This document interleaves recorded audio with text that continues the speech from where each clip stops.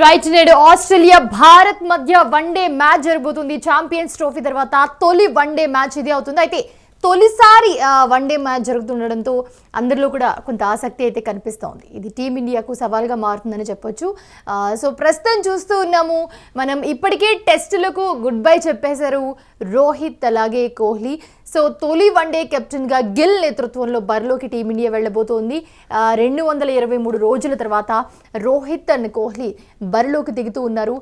ఇప్పటికే టెస్ట్లకు good bye చెప్పేశారు Rohit and అలాగే విరాట్ కోహ్లీ. వన్డే కెప్టెన్సీని కోల్పోయిన తర్వాత రోహిత్ తొలి మ్యాచ్ ఇదే కాబోతోంది.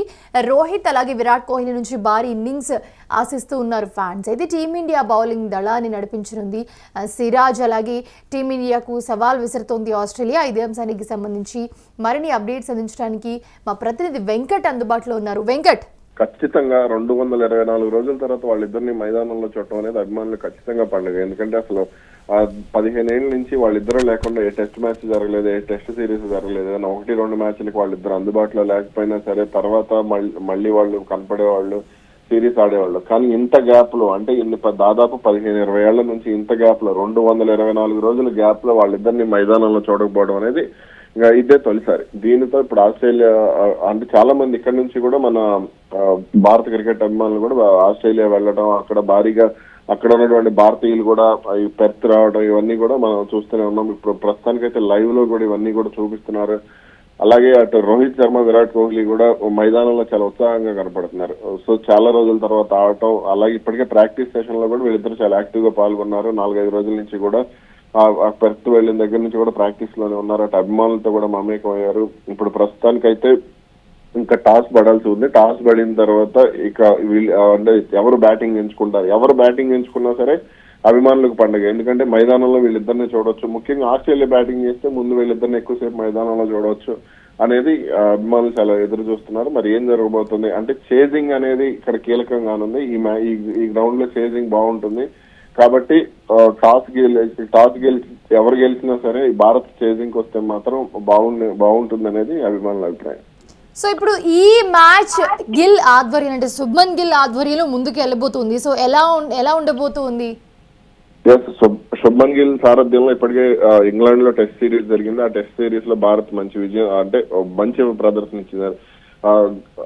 గెలవాల్సిన మ్యాచ్ లో ఓడిపోయినా సరే 2-2తో సిరీస్ సమన్ చేయటం, ఒక మ్యాచ్ డ్రా చేయటం, ఇవన్నీ కూడా చాలా సంతోషకరమైన విషయాలు. ఆ తర్వాత మొన్న మధ్య జరిగినటువంటి వెస్టిండీస్ సిరీస్ కూడా అభిమానులకు అంటే కాస్త ఫీస్ట్ కాకపోయినా ఓకే మంచి series. Bharat cleans whitewash చేయగలిగాడు.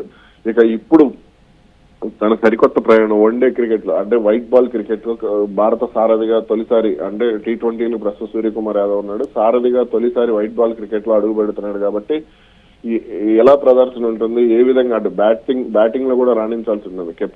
కెప్టెన్లుగా ఉన్నప్పుడు రోహిత్ శర్మ గానీ, విరాట్ కోహ్లీ గానీ, ధోని గానీ వీళ్ళందరూ కూడా బ్యాటింగ్ లో చాలా బాగా రాణించారు. ముఖ్యంగా విరాట్ కోహ్లీ, రోహిత్ శర్మ చాలా బాగా రాణించారు. కాబట్టి ఇప్పుడు అతనిపై ఓన్లీ కెప్టెన్సీ బాధ్యతే కాదు,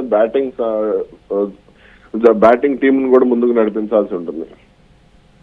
సో ఇప్పుడు ఛాంపియన్స్ ట్రోఫీ తర్వాత తొలి వన్డే మ్యాచ్ ఇది. సో అభిమానులకైతే ఇంకా అసలు నార్మల్గా చెప్పాల్సిన అవసరం లేదు. నార్మల్గానే ఇప్పుడు వీళ్ళందరూ ఒకటే టీంలో ఉండి బరిలో దిగితే ఆ ఆనందం వేరే. సో ఇప్పుడు ఈ టెస్ట్ మ్యాచ్ కోసం అందరూ వెయిట్ చేస్తున్న పరిస్థితి అనుకోవచ్చా?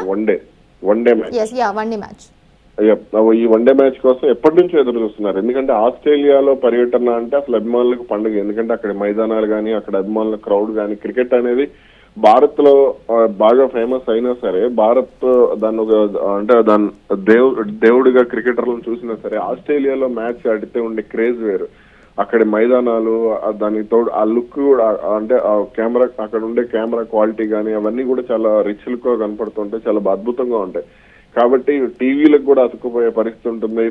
అలాగే మైదానానికి కూడా వెళ్ళి అక్కడ ఇప్పుడు డే అండ్ నైట్ మ్యాచ్ కాబట్టి చాలా అద్భుతంగా ఉంటుంది. సో అభిమానులు ఇప్పటికే భారీగా మైదానానికి చేరుకున్నారు. ఇంకా కాసేపట్లో మ్యాచ్ టాస్ పడుతుంది. టాస్ తర్వాత మ్యాచ్ మొదలుగానుంది. ఇక ఎలా ఉండబోతుంది అభిమానుల సందడి అనేది మనం కాసేపట్లో చూడబోతున్నాం. అండ్ దీంట్లో వెంకట్, ఆస్ట్రేలియాతో మనం మ్యాచ్ ఆడబోతున్నాం కాబట్టి ఎలా ఉండబోతుంది, మన స్ట్రాటజీలు ఎలా ఉంటాయి? సో మన టీంలో ప్లస్లు మైనస్లు ఏ విధంగా ముందుకెళ్తారు?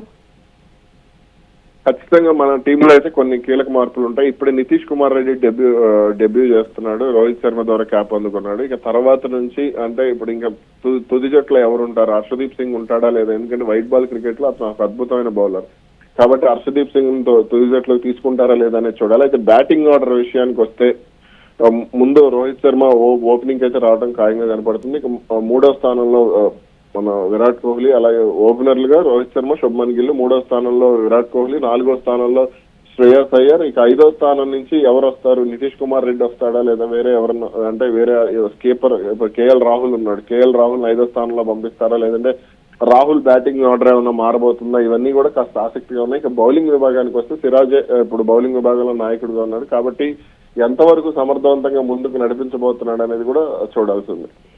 Right, thanks for the updates Venkat. చూస్తూ ఉన్నాము టీమిండియాకి ఆస్ట్రేలియా సవాల్ విసురుతుందని చెప్పాలి. ఈ వన్డే మ్యాచ్ కోసం ఎంతో మంది ఎదురు చూస్తూ ఉన్నారు. సో టీమిండియా బౌలింగ్ దళాన్ని కూడా సిరాజ్ ముందుండి నడిపించనున్నాడు. సో అండ్ అలాగే రోహిత్ కోహ్లీ నుంచి భారీ ఇన్నింగ్స్ కూడా ఫ్యాన్స్ అందరూ ఆశిస్తూ ఉన్న పరిస్థితి మనం చూస్తున్నాం. మరికొద్దిసేపట్లో మ్యాచ్ స్టార్ట్ అవుతుంది.